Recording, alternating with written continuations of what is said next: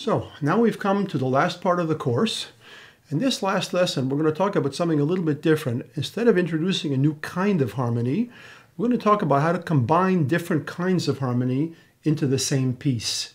But to combine them in a coherent way requires a certain amount of planning and a certain amount of thinking through how you're going to use them, so the changes don't just sound random or accidental.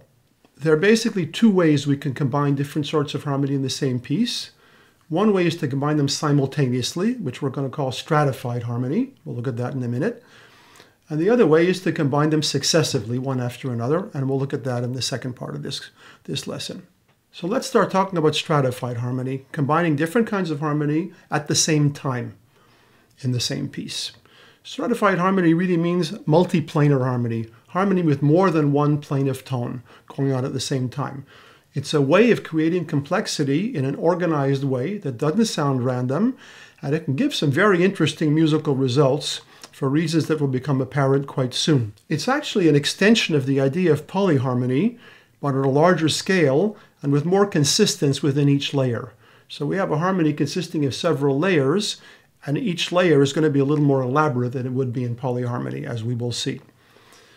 This kind of harmony, stratified harmony, can also be realized, although it doesn't have to, but it can be realized as a counterpoint of textures with different kinds of harmony coming in and out, making entries at different times, not necessarily always coordinated exactly.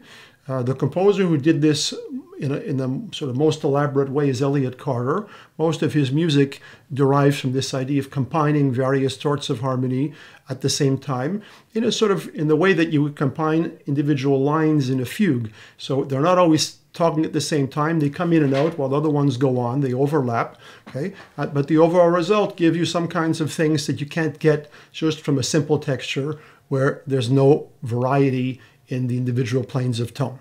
One thing that we have to be clear about is if we're talking about stratified harmony and not just simple polyharmony, is that there are layers, and the layers have to be distinguished from each other. They're going to be distinguished in this case by their harmonic character. So the two or more layers are not going to have the same kind of harmony in each layer. Okay? Now, this right away excludes certain kinds of techniques. In particular, it excludes serialism and polyharmony because they're already so complex harmonically that it's very hard to superimpose them with other things and have it still make any kind of sense. So usually we're going to be talking more about techniques like intervallic harmony, say by fourths, added notes, modal harmony, stuff like that. Okay, as I say, it's harder to combine polyharmony and serialism into multiple layers because they're already so complex. Another thing that's absolutely critical to this kind of harmony, this kind of texture, is orchestration. It only works if there are multiple planes of tone. If you don't have different layers of sound, at least in register and usually in timbre also, what's going to happen is it won't become stratified. It'll just become one complex kind of harmony, which is rather a different situation. So let's get started and have a look. First, let's listen to example 1.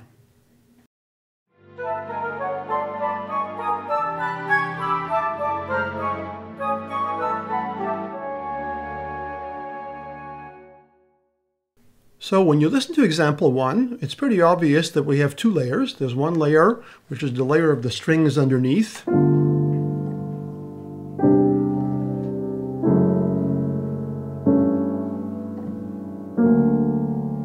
Which are sort of slow chords with sevenths and ninths, sort of gentle chords. On the top, we have a layer in woodwinds and so forth, which is basically harmony by fourths and fifths. Notice that there's a lot of different kinds of separation here.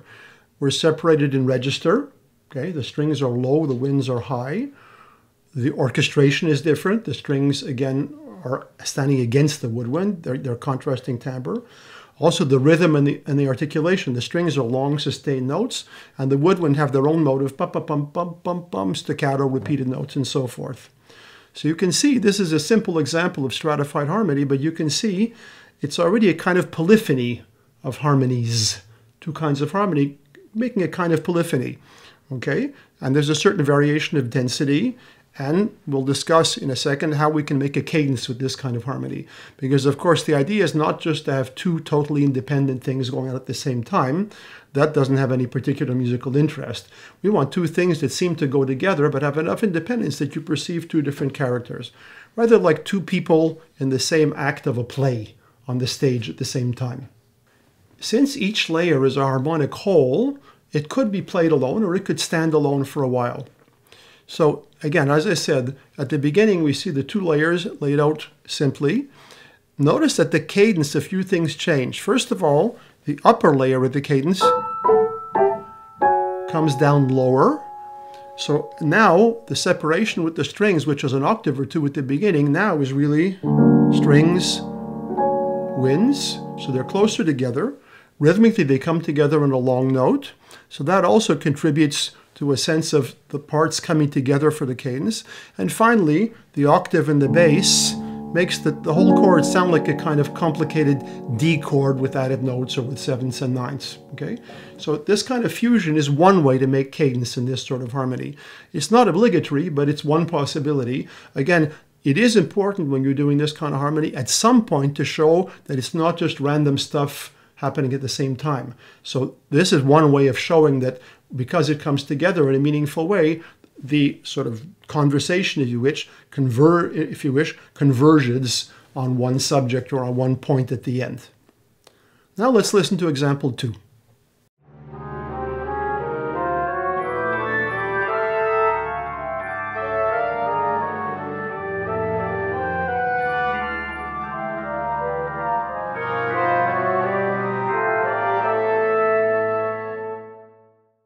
Okay, in example 2, it's a little more complex than example 1.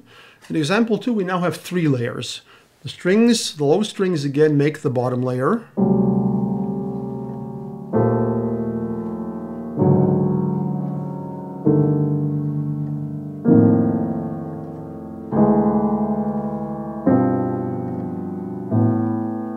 Actually, the strings are made up of a pitch class set number 4-16, which is 0157. Here it is. So all the chords are either those notes transposed or a few of them, like 3 of them instead of 4. So that gives the strings a certain character, and it's all long sustained chords.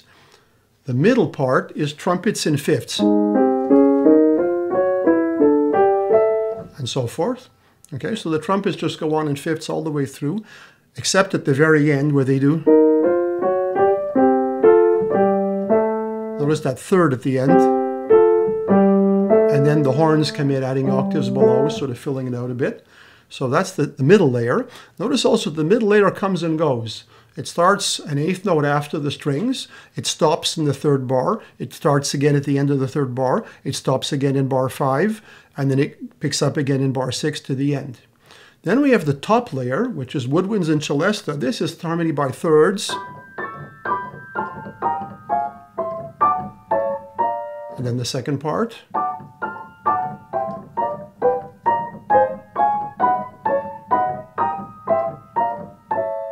Okay, so again, there's a distinctive sound color, the high woodwinds and the celesta. The harmonic color is also different, unlike the bare strings and the set in the bottom, the bare trumpets and the set in the strings. We have the sort of simple triads up here, basically moving in parallel. Also notice that in a very contrapuntal way, it comes and goes independently. The beginning is in measure 2, overlapping with the end of the first trumpet phrase. It covers the gap in the trumpet phrase and finishes in measure 4 when the trumpet picks up again. Trumpet stops in measure 5, the upper layer picks up in measure 5, and then finally they come together at the end. Notice also again that at the cadence things become a little different. If I play the top 2 layers, that is to say the woodwind and the trumpets in bar 6 and 7, here's what we get.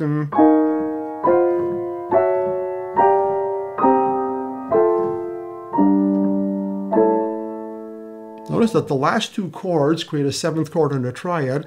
In other words, the 2 textures come together. Again, I'm creating a cadence by blending 2 of the elements instead of keeping them separate. So rhythmically they come together and harmonically they form a consonance. And in fact, even on top of the string chord, which is just fifths below that, A, E, B, creates a rather consonant sound at the end. So that's how we control this sort of three-part or three-layer harmonic structure. And it's interesting because, again, each layer has a slightly different character, and the contrapuntal overlap gives it a kind of interest that you really couldn't get any other way. So the separation here is by register, by rhythm, by timbre, and then we come together at the cadence. When you're doing any kind of stratified harmony, of course, you have to consider the sonorous effect of the whole. It's not enough just to put completely independent things together and hope that they'll be perceived as belonging together. So, things to consider when you're looking at the whole thing. One thing is transparency. You don't want it to get too dense for too long. Sometimes you can get the harmony very dense for a while, but if it stays extremely dense for a long time, it tends to just become gray. Another aspect of the same point is you want to create a certain amount of resonance at key points.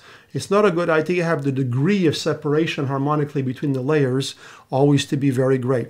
So as we saw in the cadence in measure 7 of this second example, the harmony comes together. But even in measure 4, when the highest layer is finishing its first phrase and the trumpets are starting, together they... So there's a kind of fusion there, and then the trumpets go off and do their thing following on that. Okay? And again, this also, resonance is another way of talking about harmonic fusion. In other words, there are places where the harmony should fuse more, and other places where it's more independent.